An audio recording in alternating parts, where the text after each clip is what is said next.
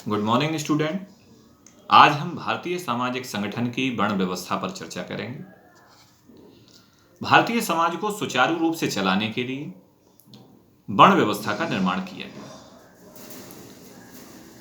ताकि व्यक्ति अपने कर्तव्यों का उचित निर्वहन कर सके।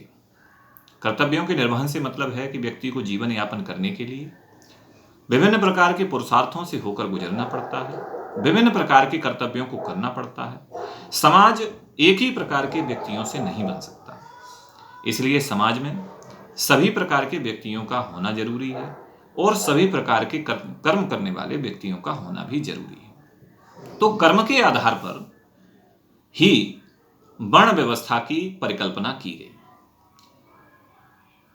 इस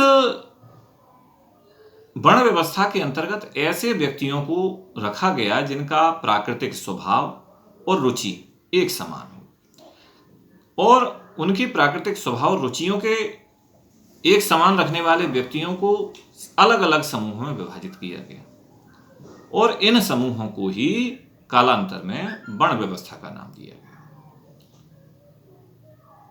अगर व्यक्ति के स्वभाव और रुचियां एक समान होंगी तो एक ही प्रकार का कार्य संपन्न हो सकता है। अगर आप मानव समाज का अध्ययन करें तो भिन्न भिन्न प्रकार के व्यक्ति आपको, भिन्न भिन्न रुचियों के व्यक्ति आपको समाज में मिलेंगे। वैदिक काल में वर्ण व्यवस्था का आधार ही व्यक्ति की रुचियां थीं, उनके कर्म थे। जैसा कर्म होता था वैसा ही व्यक्तियों को वर्ण दे दिया जाता था। ऐसा नहीं था कि वर्ण व्यवस्था दृढ़ थी।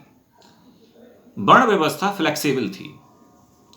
हर व्यक्ति के लिए अपना वर्ण चुनने की स्वतंत्रता थी। कई उदाहरण ऐसे देखने में आते हैं जिनमें कुछ व्यक्तियों ने अपने वर्ण को छोड़ करके अपने से उच्च या निम्न वर्ण को अपनाया। तो वर्ण व्यवस्था वर्तमान की जाति व्यवस्था से किसी भी प्रकार मेल नहीं खाती थी। यानी वर्ण व्यवस्था एक वैज्ञानिक आधार पर की गई थी।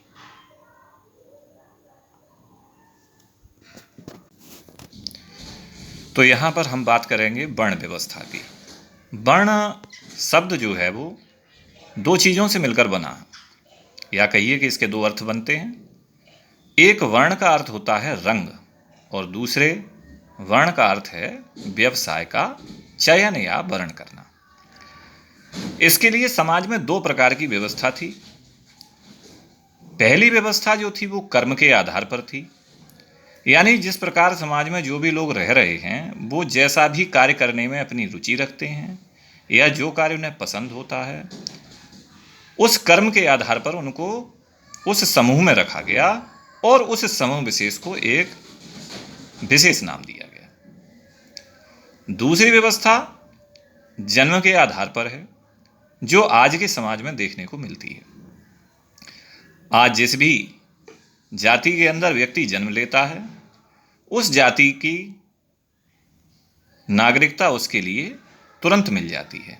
यानी जैसे ही बच्चा किसी भी जाति विशेष में जन्म लिया उसने तुरंत ही वो उस जाति का नाम ग्रहण कर लेता है। तो इस प्रकार प्राचीन काल में कर्म के आधार पर वर्ण व्यवस्था थी, यानी जैसा व्यक्ति व्यवसाय करता था वैसा उसका वर्ण हो जाता था, और वर्तमान में जैसी जाति में जन्म लेता है वैसा ही वर्ण उसे प्राप्त होता है। वर्ण व्यवस्था की विशेषताएं। यहां पर हम बात करेंगे कि भारतीय समाज में जो वर्ण व्यवस्था थी उसकी क्या क्या विशेषताएं थीं। पहली विशेषता कर्म की प्रधानता। जैसा कि मैंने पहले बताया है आपके लिए कि वर्ण व्यवस्था मूल रूप से कर्म पर आधारित थी। जैसा व्यक्ति कर्म करता था, यानी जैसा उसका कार्य होता था, जैसा व्यवसाय होता था, उसके अनुसार ही व्यक्ति को उस वर्ण की प्राप्ति होती थी। दूसरा नंबर है एक दूसरे पर आश्रित होना। ऐसा नहीं है कि कोई वर्ण छोटा था कोई वर्ण बड़ा था। सभी वर्ण जो हैं अपना विशेष महत्व रखते थे और प्रत्येक वर्ण एक दूसरे पर आश्रित होता था। जैसे समाज में ब्राह्मण यज्ञ इत्यादि का कार्य करते थे, दान देने लेने का कार्य करते थे, अध्ययन अध्यापन का कार्य करते थे, और क्षत्रिय राजकाज करने का कार्य करते थे, वैश्य कृषि का कार्य और व्यापार करते थे, और शूद्र जो है इन तीनों वर्णों का सहयोग करते थे। अगर देखा जाए, सहयोग हटा दिया जाए तो इन तीनों वर्णों को काफ़ी कठिनाई का अनुभव होगा।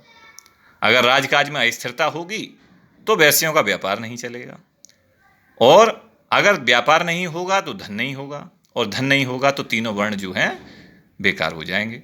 तो इस तरह से देखा जा सकता है कि एक दूसरे पर चारों वर्ण जो थे हमारे वो आश्रित थे। तीसरी बात, सभी वर्णों का समान महत्व। हमारे वैदिक साहित्य को अगर देखा जाए तो उसमें सभी वर्णों को एक समान महत्व दिया गया है। किसी वर्ण को न कम आंका गया है, न किसी वर्ण को विशेष बताया गया है। हाँ, वर्तमान परिवेश में इस चीज़ को कहा जाता है कि वर्णों में ऊंच नीच की भावना का जो है समावेश हम लोग करते हैं अपनी बातों में, लेकिन प्राचीन काल में ऐसा नहीं था। सभी वर्ण समान रूप से महत्वशाली थे। अगर ब्राह्मणों का कर्तव्य उच्च था तो शूद्रों के द्वारा उनकी सेवा की जाती थी, तो उनका भी अपना महत्व था। कई स्थानों पर यह देखा गया है कि लोगों ने अपने वर्ण में अच्छे कार्यों को करना शुरू किया और दूसरे वर्ण में वो चले गए। कर्ण का उदाहरण है महाभारत से, और परशुराम का उदाहरण है प्राचीन त्रेता युग से। कर्ण ने अपनी योग्यता के फलस्वरूप जो है वो क्षत्रिय धर्म में, क्षत्रिय वर्ण में प्रवेश किया, और परशुराम ने युद्ध इत्यादि शैली को अपनाया और बाद में वो क्षत्रिय वर्ण में आए। तो इस तरह से उस समय वर्णों में कोई ऊंचा नीचा नहीं था, सभी समान थे। चौथी विशेषता है पेशे का आनुवंशिक रूप। आनुवंशिक रूप वर्तमान समय में या वर्तमान परिवेश में हमें देखने को मिलता है। आज जातियों में वर्ण बदल गया है। जैसी जाति में व्यक्ति जन्म लेता है और उस जाति का जो विशेष व्यवसाय है वो उसको अपना लेता है। प्राचीन काल में भी ऐसा ही था कुछ हद तक, कि ज़्यादातर जो है अपने पिता के पेशे को संतानें अपनाती थी। तो इस तरह से हम कह सकते हैं कि पेशे का आनुवंशिक स्वरूप जो था वर्ण व्यवस्था में था। पांचवी विशेषता है अनुलोम विवाह पर आधारित। वर्णों में एक व्यवस्था थी कि जो ब्राह्मण, क्षत्रिय, वैश्य और शूद्र का जो क्रम था, क्रमशः इनमें जो है अनुलोम विवाह की परंपरा थी। अनुलोम से मतलब होता है जब उच्च वर्ण का वर जो है निम्न वर्ण की कन्या से विवाह करता है तो वो अनुलोम विवाह कहलाता है। इसी विवाह का प्रचलन जो था वो वर्ण व्यवस्था के अंतर्गत था। यानी अगर ब्राह्मण वर्ण का वर है तो वो तीनों वर्णों की कन्याओं से विवाह कर सकता था, किंतु अगर वैश्य, शूद्र या क्षत्रिय वर्ण का कोई वर है तो वो ब्राह्मण कन्या से विवाह नहीं कर सकता था। ऐसी व्यवस्था वर्ण व्यवस्था के अंतर्गत थी। छठी विशेषता है पुरुषार्थ प्राप्ति का साधन। पुरुषार्थ 4 होते हैं: धर्म, अर्थ, काम, मोक्ष। वर्ण व्यवस्था का ये लक्ष्य था कि जीवन को सुव्यवस्थित चलाते हुए चारों पुरुषार्थों को प्राप्त करना। सातवीं और अंतिम विशेषता थी सामाजिक कल्याण की प्रधानता। वर्ण व्यवस्था में यह विशेषता प्रमुख थी कि सभी पुरुषार्थों का, सभी व्यवस्थाओं का पालन करते हुए व्यक्ति का एकमात्र लक्ष्य होता था समाज का कल्याण करना, और यही वर्ण व्यवस्था का उद्देश्य भी था। तो छात्रों, हमने यहाँ वर्ण व्यवस्था की 7 विशेषताएं देखी। अब हम जो है बात करेंगे वर्णों के प्रमुख कर्तव्यों पर, यानी किस वर्ण को कौन कौन से कार्य वैदिक काल में सौंपे गए थे। इनमें पहला वर्ण है ब्राह्मण वर्ण। ब्राह्मणों का कार्य था अध्ययन करना, अध्यापन करना, यज्ञ इत्यादि करना, दान लेना व देना, इंद्रियों पर नियंत्रण रखना, किसी भी प्रकार की हिंसा न करना, लोभ व असत्य से दूर रहना, क्षमाशील व धैर्यवान होना और विलासी न होना। ये सब जो हैं ब्राह्मण वर्ण के प्रमुख कर्तव्यों में शामिल किए गए। कहने का तात्पर्य यह है कि ब्राह्मणों को बहुत ही सादा जीवन जीने के बारे में कहा गया। दूसरा क्षत्रिय वर्ण है। क्षत्रिय वर्ण को कार्य जो दिए गए या उनके जो कर्तव्य थे, उनमें सबसे पहला कर्तव्य समाज की रक्षा करना। क्योंकि क्षत्रिय जो थे वो राजा हुआ करते थे ज़्यादातर, या सेना में मंत्री इत्यादि हुआ करते थे। तो जो समाज की रक्षा का पूरा भार जो था वो क्षत्रियों के ऊपर था। राजकाज के कार्य करना भी क्षत्रियों का कार्य था, और युद्ध में वीरता का प्रदर्शन, शक्ति प्रदर्शन करना भी क्षत्रियों का कार्य था। तीसरा वर्ण था वैश्य। वैश्यों का कार्य था व्यापार करना। व्यापार के परिणाम स्वरूप जो उत्पादन होता था, यानी जो उन्हें प्रॉफिट मिलता था, उसको ग्रहण करना, राज्य को कर देना, राज्य की अर्थव्यवस्था को सुदृढ़ करना, कृषि कार्य करना। कृषि कार्य करने के बाद अन्न इत्यादि से समाज के तीनों वर्णों की सेवा करना। पशुपालन करना।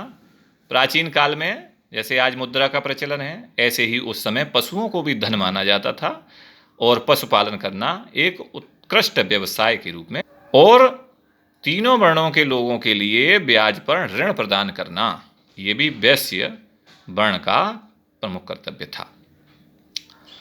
आपात स्थिति में राज्य के लिए धन मुहैया कराना, ये भी वैश्य वर्ण का प्रमुख कर्तव्य था।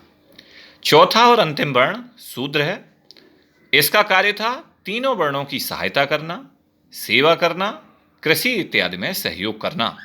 कहने का तात्पर्य यह है, अगर ब्राह्मणों को आवश्यकता है तो ब्राह्मणों की सहायता करना, क्षत्रियों को आवश्यकता है तो क्षत्रियों की सहायता करना, सेवा करना, वैश्यों को आवश्यकता है तो वैश्यों की सहायता और सेवा करना।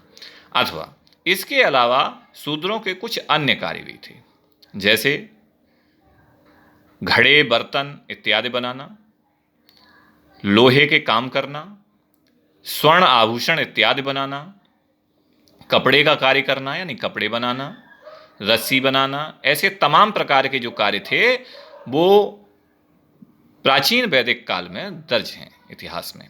जैसे घड़े बनाने वाले को, बर्तन बनाने वाले को कुंभकार कहा गया, जेवर बनाने वाले को स्वर्णकार कहा गया, रथ बनाने वाले को रथकार कहा गया।